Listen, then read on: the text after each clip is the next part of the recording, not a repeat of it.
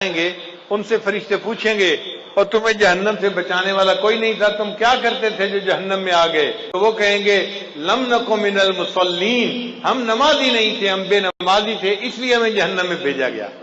तो जहन्नम में जाने की जो बड़ी वजह होगी वो बेनमाजी होना है। इसलिए हमें नमाज की पाबंदी करनी चाहिए और नमाज को बहुत एहतमाम के साथ पढ़ना चाहिए। औरतें नमाज में सुस्ती करती हैं, घर के कामों की वजह से नमाजें कदा कर बैठती हैं, ये बहुत बड़ी कोताही है, इससे बचने की जरूरत है।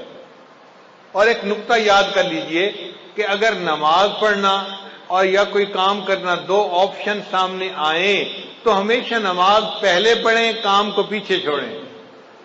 लोगों की आदत होती है और जी ये काम कर लेते हैं फिर नमाज पढ़ लेंगे। ना ना ना, ये बड़ी गलती है।